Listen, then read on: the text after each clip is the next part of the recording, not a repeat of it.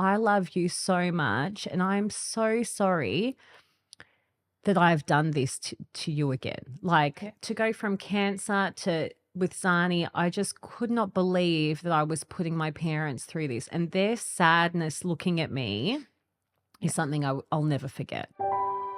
Before we begin, we want to let you know that this episode contains topics that may be confronting for some listeners, including discussions about birth trauma, postpartum psychosis, and other difficult experiences. Please take care of yourself while listening, pause or step away if you need to. This episode is part of a 3-part series. We recommend listening to the episodes in order, as each one builds on the conversations and insights from the previous. If you or someone you know is currently struggling, we've included a list of support services and helplines in the show notes.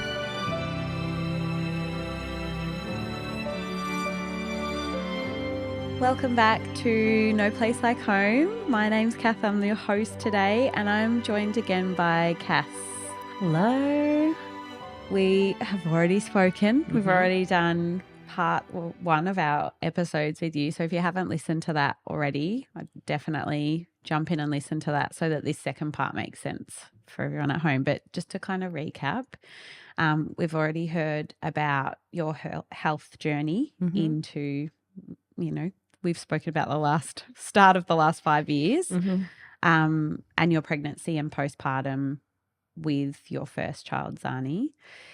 We're going to kick off with your second child and just the difference in that and what that looked like for you. So you were sort of ended on saying that you knew after you've sort of come out of quite a dark period with your first postpartum, and you just knew that you had to get ready and go again. So take it away and talk about that for me. What did that look like? So when we started talking about having a second baby or trying for a second baby, I knew that this time round I was going to empower myself with as much education about breastfeeding, birth, all of it. All of it. I wanted to know about everything. You wanted your redo. I wanted my redo. Yeah, for sure. And I ended up finding this private midwife named Heidi, and she was great. She would come to my house. I would say, this is what happened previously. This is what I want to do differently. This is what I want from you. And this is what I want my birth to look like. And she was everything. Like, she was lovely, kind, educational. She gave me my options and said, you get to choose if you want to do this or that. Or she was great. Really, really good. But also I didn't rely on her like I relied on my previous OB. I was like, you're nice and these things have to happen, but I'm going to rely on myself.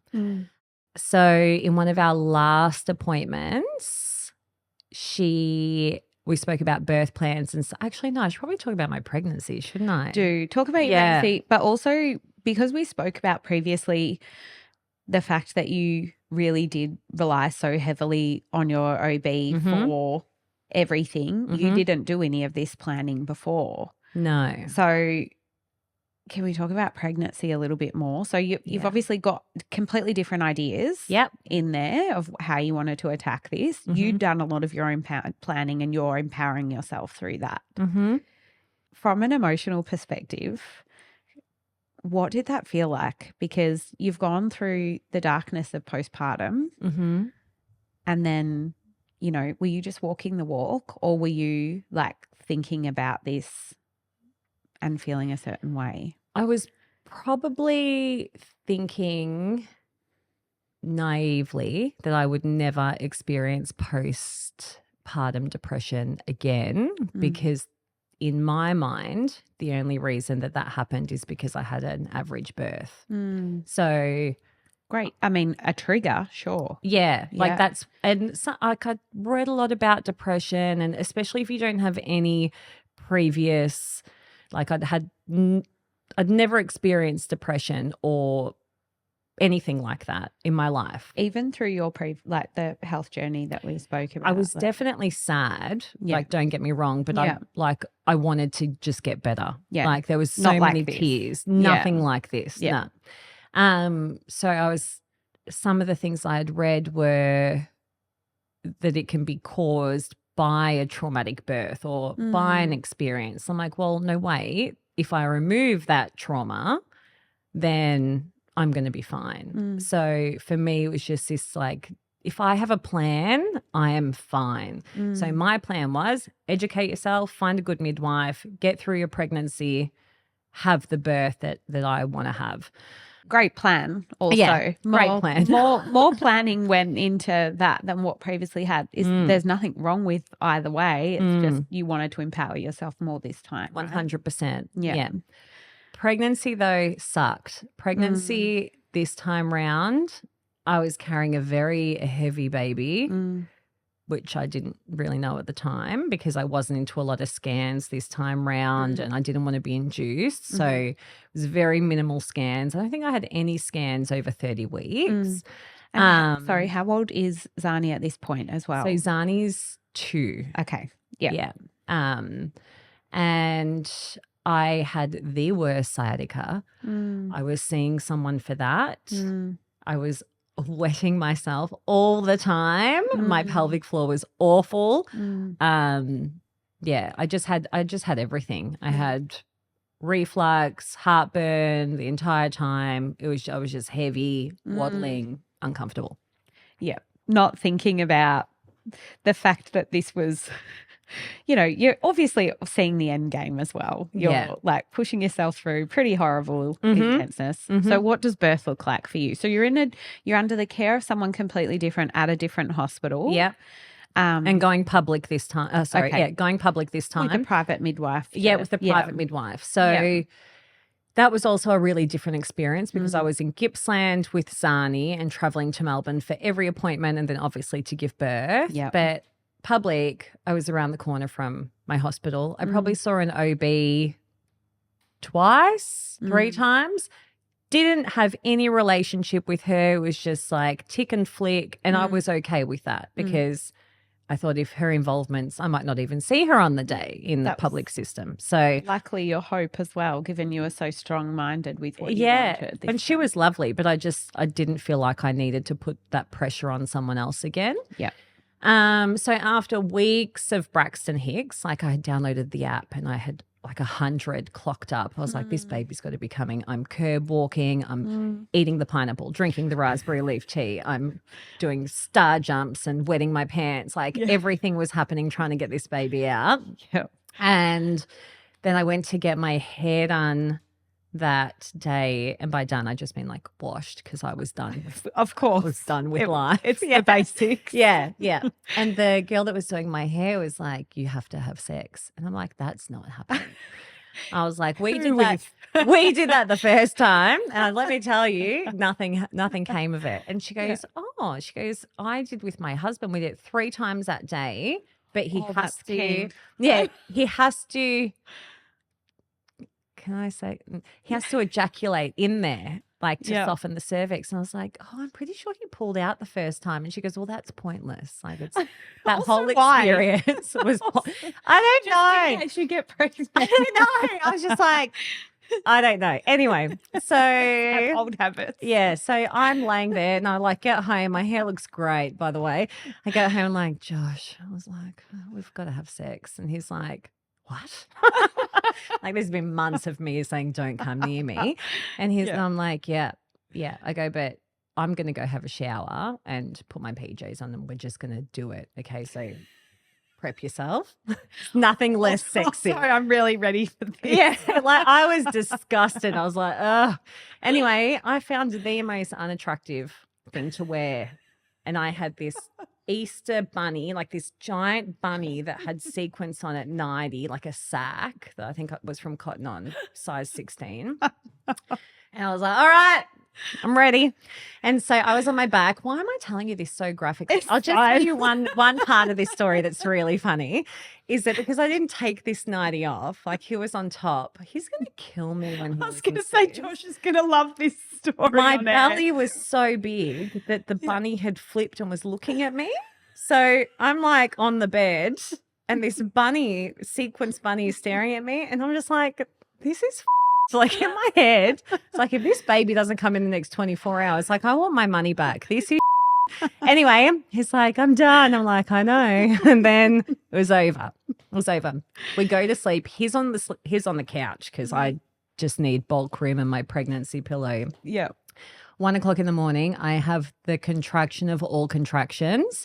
And I'm like, we're on. Like something is happening. So it works, everyone. Just Easter make bunny sure pajamas. he has to do the thing in there though. That's the trick, I've realized.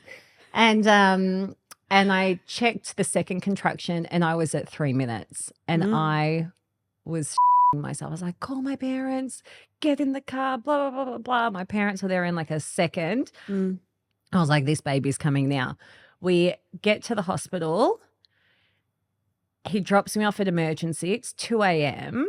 And emergency is full and I run in there like a movie. I'm like, I'm having a baby. And the nurse runs around the corner and she's like, you got to go the back way. And I'm like, what? So Josh is still parking the car and I'm just like waddling and then stopping and then waddling and stopping through the longest corridor, hallway. It's like they do it on purpose to try and get the baby to come. And then there's stairs that you've got to go up. And I wasn't taking the elevator pregnant. Like, what if that stops working? So I'm up the stairs, get into this room, and Josh is finally there. And I just walk around the back of the bed and I just get on all fours and my hands are on the bed and I say to the midwife, I'm like, this is where I'm going to stay, I think. Like my birth plan said, I want to be in the bath and this. I'm just like, no, I'm just going to stay on the floor on my knees to give birth.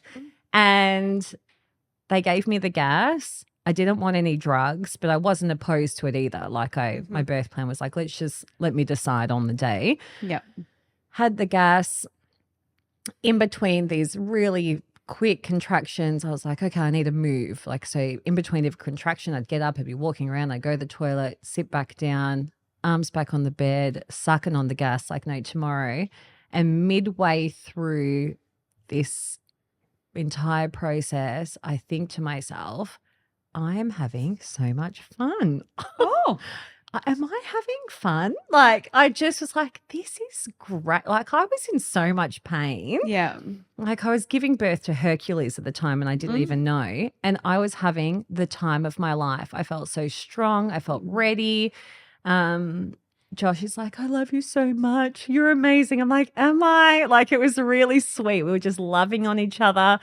And the polar opposite too. Polar opposite. The first one, I was like, do not touch me. Yeah. Like in this room. Yeah. And not like, from what you described. And again, if people haven't listened to that, just like it's birth trauma wrapped up in, the medical system and all of it. And so this is polar opposite. You're in control. You're calling the shots. You're powerful. And everything about it was beautiful. It was so beautiful. And then I remember saying to the midwife, I don't know if this baby's coming soon or not. And she's like, you don't need me. She's like, you just keep doing what you're doing.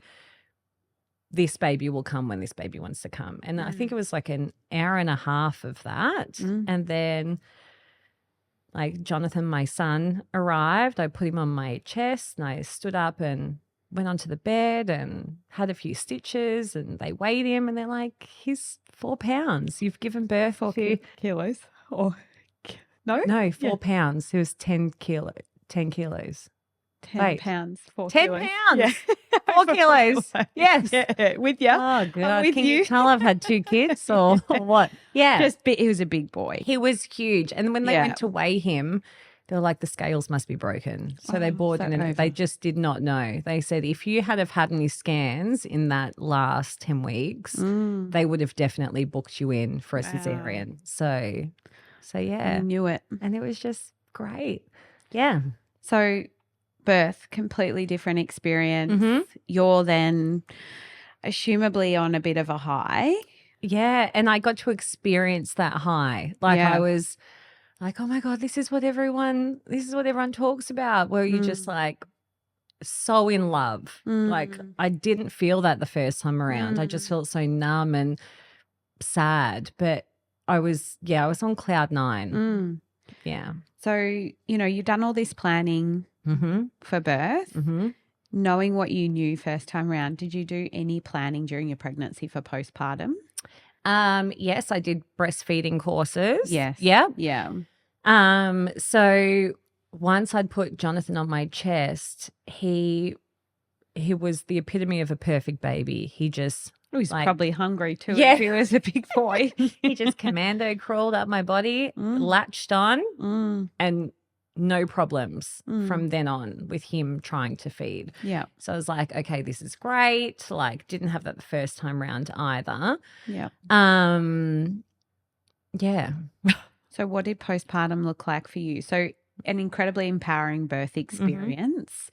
You show yourself that, you know, I was capable all along and I've done this. And then enter postpartum. So I think we had the option of staying 3 days at the hospital, but after the second, I was like, I'm good. Like, let's go home. Yeah. And I said to Josh, I'm not worried about getting postnatal depression, postpartum depression. I'm not stressed about it. I feel so happy. Like nothing can go wrong. Yeah. Like in terms of my mental health, because everything was perfect in terms of what I wanted to happen. Yeah. But then on day 3, when we did get home, was also the first day that my midwife was like, can I come and see you? She was getting phone calls from the midwives that were in the hospital saying she did the most amazing job, your girl, and this and that. So I was just, she came over and just smothered me in like love, and it was so nice to see her. And I said to her, look, I do feel really good, and I know that there's meant to be like a hormone drop around this time. I go, but I'm feeling a little off, and I don't know yet if it's just this hormone drop or if it's something else. And she was like, Cass, you had the birth you wanted. Like, go out, have coffee, see your friends, get visitors, like get fresh air, eat good food, and like you've got this. Like really was trying to empower you. Pep me up. I was like, okay, you're right. Like it'll be fine. Everything will be fine. So I gave birth on the Sunday. This was the Wednesday. And then on the Thursday, I realized that like something was seriously wrong, and whatever was happening like extremely fast in terms of my mental health. Talk to me about what that was, because you've got like this, was it like a feeling in your gut? Was it you felt foggy? Like how, can you explain that? As I said with the first postpartum depression, I started to feel like my skin felt weird, like when I would touch my skin. So I went to the bathroom and I brushed my hair, and my hair didn't feel like it was attached to my head. And in the past 3 days, like obviously my milk's coming in, this and that, I was starving. Like I was eating so much, drinking so much. I lost all hunger. I couldn't look at food. I didn't want food. I didn't feel any urge to eat whatsoever. And I was like, this is strange. And I said to Josh, I'm like, something's happening. And then I think by Wednesday night, I was crying, like something's wrong. I'm not okay. Like I felt doom, like impending doom was coming over my body. And I felt like I was starting to go a bit like nuts. Like I felt uneasy with the world. And then by I'm pretty sure it was the Thursday morning, I knew that not only did I have postnatal depression, but I think that I've got psychosis because I started hearing things that weren't there. So that was you saying that to Josh? Like Josh, really I'm not okay. My brain is talking to me and I'm not putting those thoughts in my head. And then Thursday night, and throughout this whole time, I'm still breastfeeding and I'm starting to get fevers. So I was like, oh, maybe mastitis is coming back soon. So there was a few things happening at the same time. And I was like, I can't even focus on these fevers. Like I need to figure out what's going on. And you had experienced parts of this previously. Yeah, but nothing like this. Yeah, this was like, and I thought it was bad with Zani, but it was, it's incomparable, the two. So your brain's starting to trick you into thinking things that aren't your thoughts. and you know, you're like, you talk about brushing your hair. It didn't feel like yours.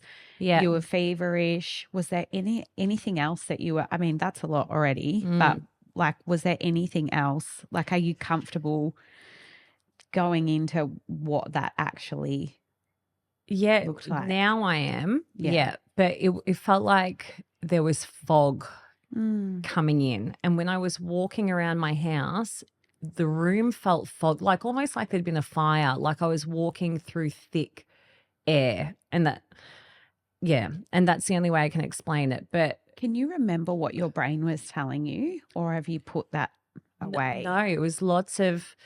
So on the Thursday night is when I started really entering psychosis.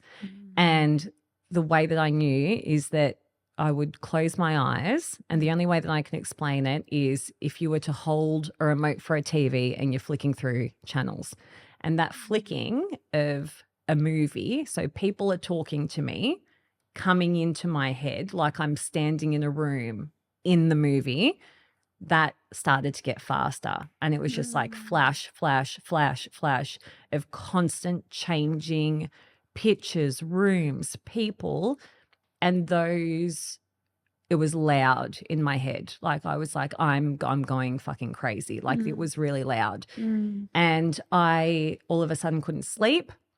I was hearing these thoughts of you shouldn't be here. Like it was never like hurt your baby or anything like that. I was still breastfeeding. It was probably the breastfeeding that kept me kind of staying. You had a job. Yeah, I had a job to do. But the voices in my head were, you shouldn't be here. You shouldn't be here. Everyone's ashamed of you. You shouldn't be here. And it was constant. So by Friday morning. So this is like timeline wise, this less is maybe than a week. I was going to say, within that week. Yeah. So by the Friday morning, I'm screaming, crying to my husband saying, you need to get me help now. Like we need help now. I'm not okay. I'm losing my mind and I don't know if I'm going to survive the next day. Like I'm petrified.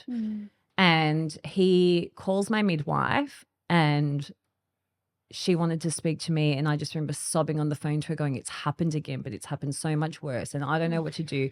And so she's like, give me 5 seconds. And she gets me into the doctor's clinic that she works for. Again, this is different to before. This is not your same doctor. This is different I situation. know this doctor. Yeah. And different doctor. Yeah. And she gets me in to see this female doctor who's also an OB. And I'm just there crying, having like fevers at the same time. And she's like, I tell her what's going on. I'm getting these flashing pictures. I feel like I'm walking in fog. I have people talking to me in my head. I haven't slept for the past 24 hours.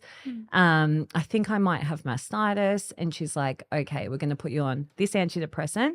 We're going to put you on anti-psychosis medication as well, which doubles as a sleeping tablet that you will only take at night to try and switch off your brain. And we're also going to get you into a mum and bubs unit, and I'm going to call them as soon as you leave the room. And I'm like, okay. I don't even think I said okay. I was just in that room for probably over an hour crying. Like I just couldn't stop. And who's with you? Your midwife and Josh? My midwife, my husband, and I think there was another nurse and then the doctor were all in the room.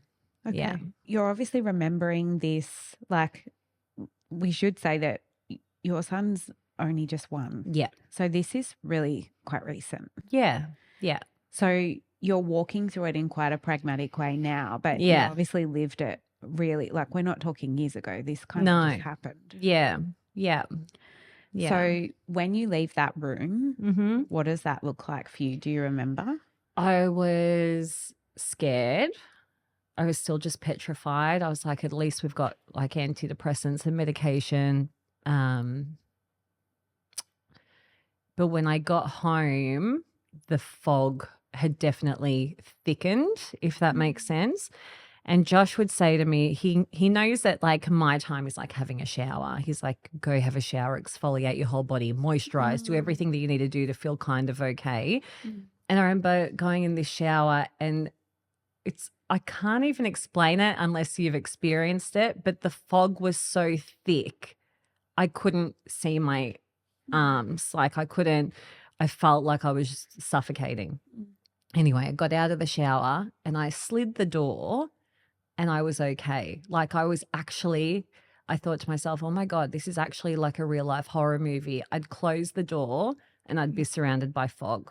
And then I'd open the door and I was okay. And I was like, if I keep the door open, I've got to run to Josh and tell him that I'm okay. We just have to keep the door open. Like I was going loopy. And I ran to Josh, who was in the lounge room, and I was like, Josh, I need to tell you something. He's like, what? Like he couldn't believe how much I was talking. And then boom, I wasn't okay again. Like it was honestly like something that you'd see in a movie. And yeah. Anyway, so we went back to, that was the Friday evening. Saturday, he said to me, let's go see your parents. We'll get you out of the house. But by that day, I'd become fully nonverbal. So like my dad was like, and I was just sobbing. Like, so constant crying, obviously on all these meds. My dad was like, Cass, you're going to be okay. Like, we love you. We're with you. And in my head, I'm saying to him, like, as if I'm conversing, but nothing was coming out of my mouth. He's like, please talk to me. And I was saying to him, I am so sorry. Like, I love you so much. And I'm so sorry that I've done this to you again. Like, to go from cancer to with Zani, I just could not believe that I was putting my parents through this. And their sadness looking at me is something I'll never forget. So while we're there, just so much has gone on. While we're there, thank you. Let's just make the figures we get a call from the mums and bubs unit. And they're like, we've got a spot. So in 24 hours, they found me a spot at this facility. Yeah. And they had a spot for me on the Monday. So we had to get through the weekend. Josh was just being Josh, being amazing. He's packing all my stuff, packing me tracksuit pants, buying boxes of nappies. Like he was just in attack mode to do everything that he could. And we get there on the Monday, and am I talking too much? No, this is I'm with you. And they like ask you a series of questions like, it was actually very weird questions when I think about it. Like, have you had a traumatic breakup, or have you, and I was just like, what's that got to do with me going crazy after? Like, but they must have this list of things that they ask people. A generic kind of format. Yeah. And I said again, I was like, I think I have mastitis. Like I've also got fevers. So you, like at this phase, you've gone from nonverbal to be able to answer a little bit of their questions? I'm saying it very like easy now, but I was like, I'm shaking. I think I have mastitis. Like it wasn't normal conversation that was coming out. And you've experienced that before. So your body's trying to relate that to maybe something that you've experienced. Like, okay, I've got fevers and I don't feel good, so maybe I've had lots of mastitis. And I feel like once you've had mastitis, you will never not know what one of those fevers feel like. Yeah. Like it's like your bones are cold. Yeah. And like they examined my breasts and they're like, no, like you look okay. And they were just focusing a lot on my mental health, which I understood. Were you looking for the physical at that point as well? Were you sort of like, or did you know that a lot of this was this is something not right in my mind as well? As in the mastitis versus I don't know. Like I knew that I knew that having infection in your body can affect your mental health. Yeah. I didn't know why I was getting mastitis because I had a dream feeder of a baby. And there was just so many other things that were going on that I kind of kept putting that into the back of my mind. Like I'll deal with that later. I need to survive today. Like I need to survive the next hour versus everything else that's going on. I'm just like, he's fed. Everything's fine. He's fed. That's all I care about. So at this facility, the nurses are lovely. They're welcoming. Like, you can tell they really just care about mothers and getting them through this time, whatever's going on. But there was also a psychiatrist there that focuses a lot on like your blood tests and things like that. So he got me to do a full suite of bloods as soon as I got there. And he said that my levels that were the highest copper he's ever seen and the lowest zinc. And there's apparently a study that levels like that can cause psychotic episodes. Wow. And I was just like, oh, well, maybe, like in the back of my head, I was like, I just want to know why this is happening. Yeah. So all of these little bits and bobs, I was really focusing on, like, why is this happening to me? Yeah. But And so like something that then was triggered after birth through the hormones, or did they tell you why? Like other than these 2 blood results? yeah, so there was a few reasons. I really didn't get to right at the end. Yeah. But once I entered this facility, and because I was actually sleeping again from this antipsychotic medication they were putting me on, at like 5% of, I guess, my stubbornness and my strength were returning. And I was like, if I'm here, none of my family have seen my baby apart from my parents. None of my friends have spoken to, like, I sent one message to my best friend and said, like, look, it's happened again. It's a lot worse. Can you please tell the girls I will talk to you when I'm okay? Like, that was it. Like, no more communication. But while being in this mums and bubs unit, I was like, I'm going to get as much external care as I can apart from what they're offering me here. So I found an acupuncturist. I've never had acupuncture in my life. Went and found this beautiful little woman that's been doing it for 20 years. And I just cried to her and said, I'm losing my mind. Can you help me? And she said, yes. So she came in. No, This Josh was would pick after. me up Oh, while I'm okay. staying there and Yep. take me to these appointments and bring me back. Yeah. And then I also saw a psychologist who was lovely. She was kind, lovely. You felt heard talking to her. That was really cathartic for me as well. And then what else was I doing? I was journaling when I started to come to. I was journaling. I was doing all the activities that they offered in this mums and bubs unit because I was like, I need to get better for my family. Like, no more tears, just focus on what was next. What is your stay? So like you've arrived less than a week after having Jonathan. Yeah. Yeah. And how they want you to long stay were there you for in? 2 weeks. Okay. But you can leave at any time, but that's Sure. what they request. Yeah. How long are you pretty out of it for?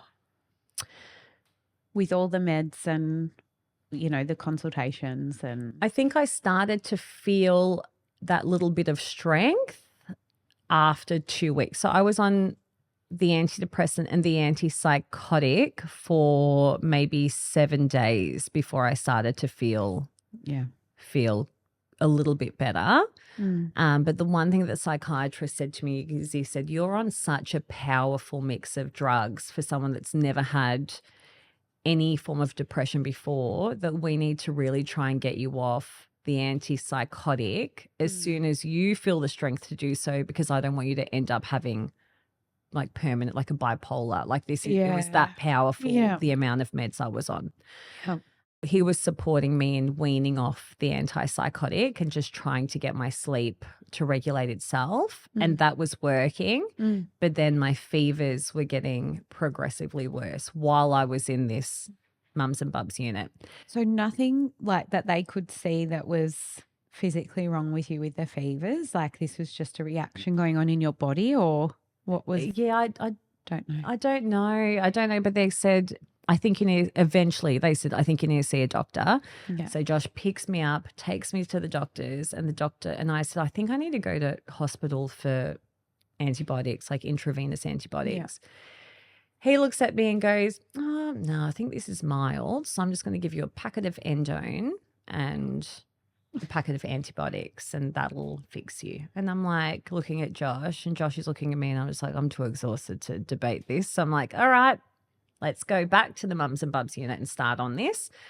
That evening, my fevers were so bad that I was starting to black out a little bit. So they checked my vitals and they were very low, and they said, look, first thing in the morning, we're going to check them again. We think you need to go back to the doctors.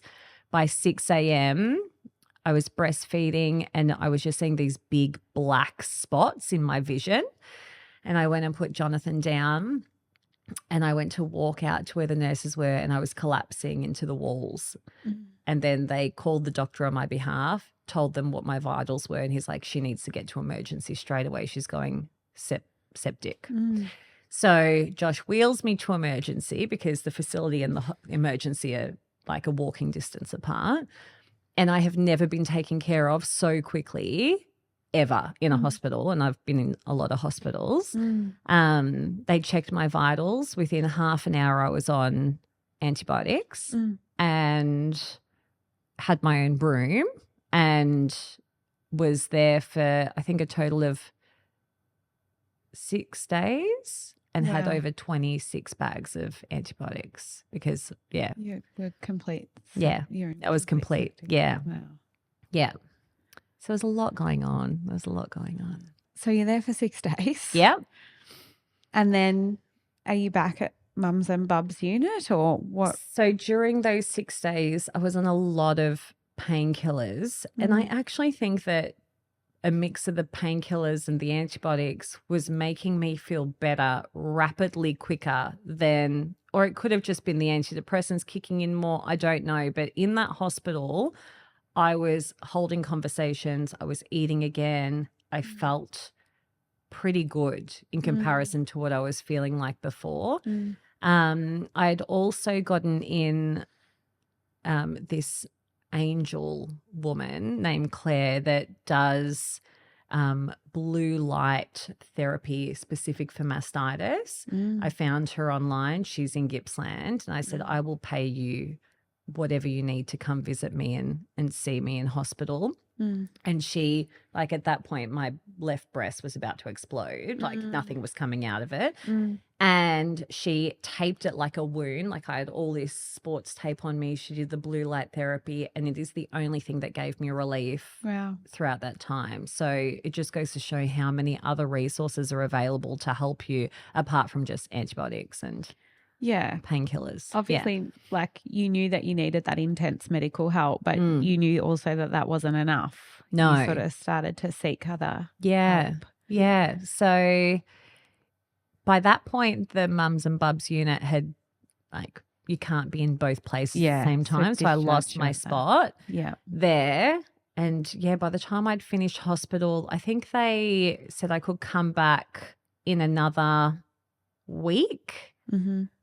I went back, but I only lasted maybe 2 days and felt strong enough to continue managing it at home.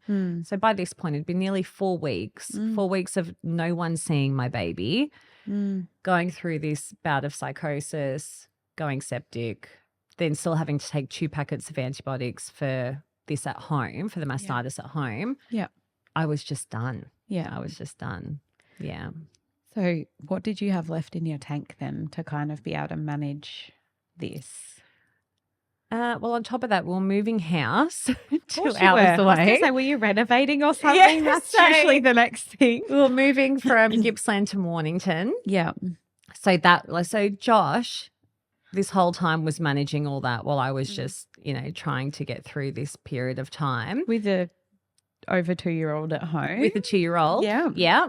Yeah, I was continuing acupuncture. I was continuing seeing this psychologist and I was doing so many things for my mental health. Like I was listening to the podcast about dealing with hard times. I was listening to other women talk about postnatal psychosis. I was doing anything you could possibly think of. My vitamin intake went through the roof. I'm drinking electrolytes. I'm drinking bone broth. Like I was doing everything I possibly could because once I started to feel good, I just thought, I just want to be here for my family and I have to be here for my family. And the one thing that Josh would always say to me throughout both periods, both postpartum experiences, is like you are our happiness. When you're happy, we are all happy, you know, so we love you, we're here for you, but we're going to take care of you until that happiness comes back so we can all be happy together, pretty much. And that sentence would just repeat in my mind, and I'm like, I need to, like, enough of this now, like I need to get better. And that's all I focused on, and being a good mom. I stopped breastfeeding because the hospital came back and said to me that radiation could have actually caused scar tissue in that breast, which is why I obviously had it 9 times with Zani and then went septic with Jonathan.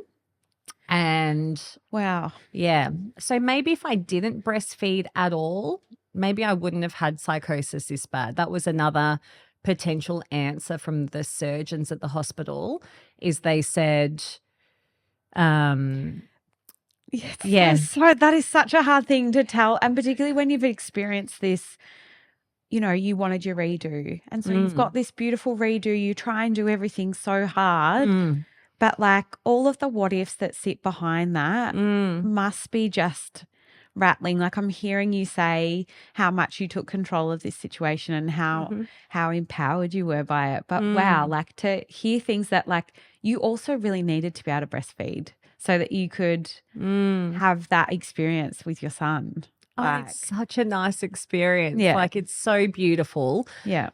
But it wasn't meant to be. And I know this actually sounds crazy, but I still think, oh, do I want a third baby? But we're not doing that because I'd probably end up in an asylum. Like we're not doing that again. Yeah. But if I was going to, we would be having the medicate. Like have to be put on antidepressant straight away before giving birth, and I wouldn't be able to breastfeed. They would put me on medication to stop that and see if something transpires differently. But my hormones just don't connect back together after having a baby, and whether that's because of cancer or chemo or being put into menopause or high copper, that's just what happens.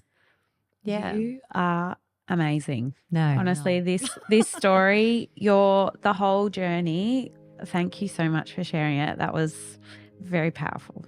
You're so welcome, and thank you for having me. This is very cathartic for me as much as it is talking to you. So thank you. I appreciate it. This podcast represents the opinions of our hosts and their guest speakers. Views and opinions expressed in the podcast are our own and do not represent that of our places of work. This podcast is for informational purposes only, and content here should not be taken as medical or professional advice. Please consult your healthcare professional for any personal recommendations and medical care. While we make every effort to ensure that the information we are sharing is accurate, based on the best available information at the time of recording, we will welcome any comments, suggestions or feedback via our website, contact form, home.com.au/contact. Names and details of personal experiences may have been changed to allow anonymity and privacy. To join the conversation, join us on social media at Home Postpartum.